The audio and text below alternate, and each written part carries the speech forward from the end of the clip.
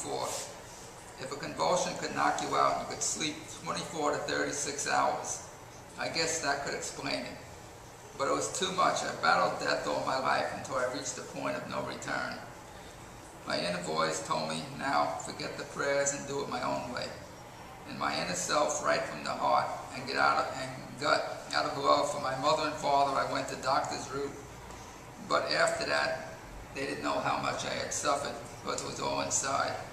So I gave them my last chance, but all inside myself, my own love said to go practice yoga.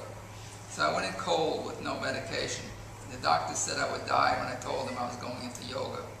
I said I was dead before, so I'd rather die my own way. Thank you. It's an interesting story. Everybody has their own way. Okay, so I went into Sivananda Yoga when I saw Swami Vishnu. That's down in 24th Street between 7th and 8th Avenue. I took my chances wondering what could happen in the asanas.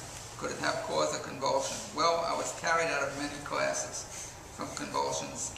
I was well known at the time when I started, and when I saw Swami Vishnu, he said, I am no expert on this, but gave me the root of Sivananda, asana, pranayama, meditation, and a vegetarian diet. He said to live at the center. It would be more peaceful. It took 8 years. The negative is so powerful, the energy is the way to find happiness. Positive is the answer. It is deep down beyond all thoughts. It is truth. It gives you the knowledge to handle all situations out of your reach or control. It has the power to heal and learn to control your life in desperate situations. It is your inner self inside telling you to go in a direction where you can find help. It has to be deep self, deep help, such as yoga would be a good choice. The mind, when listened within, finally awakens. It planted the seed to help yourself with whatever problem was from before. Once your mind was made up, there is no division inside yourself. You are a union of mind and a body and are ready to go to work on whatever the need may be. You are a driving force with no stop, depending on what to do to heal what is needed to conquer your situation. Your mind is already made up and you have a goal to attain. You have to be focused 100% on the depth of your problem. Once you believe in yourself, don't ever give up on yourself. Don't let anything pull you down. You have an energy you were looking for to give you the start that you needed.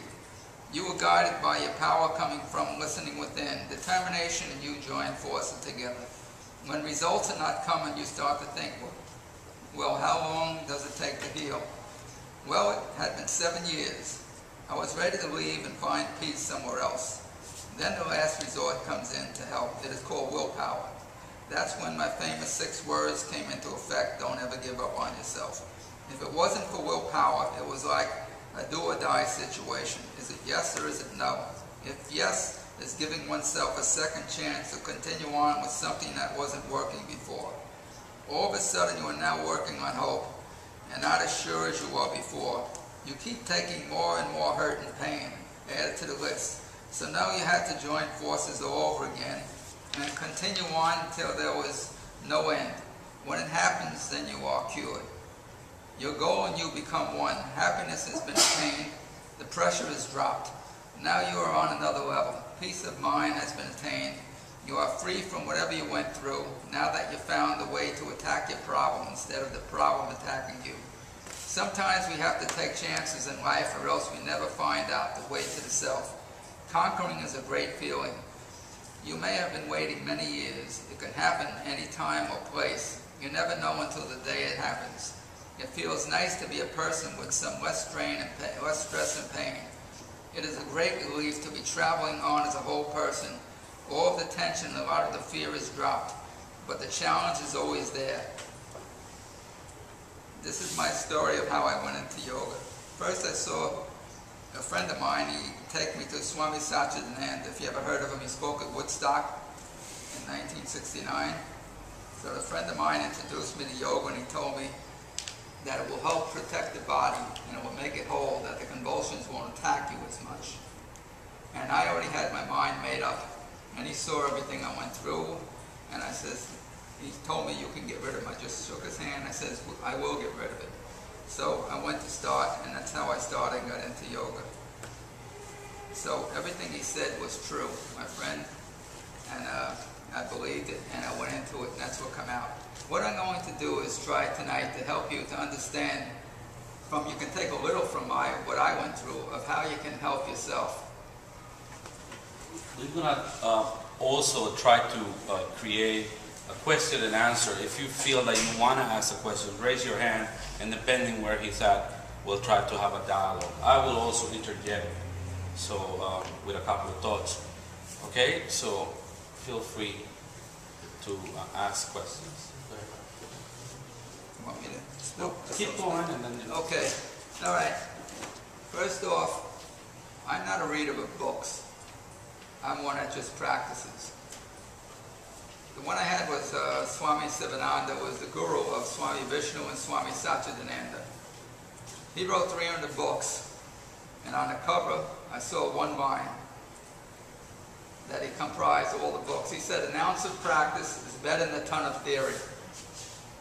All I knew, that was it. I didn't read anything. So I came out with all the answers. He said that. So 300 books. Remember last week, for those who were here last week, we were talking about that, right?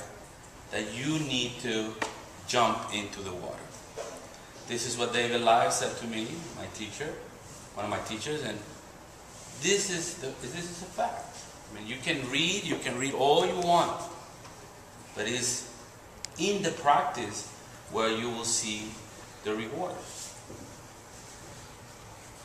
Okay, thank you. All right, that means the practice is what you need. Some people read the books, and I said, why don't you stand on your head for 10 minutes and tell me how the book is, what it has.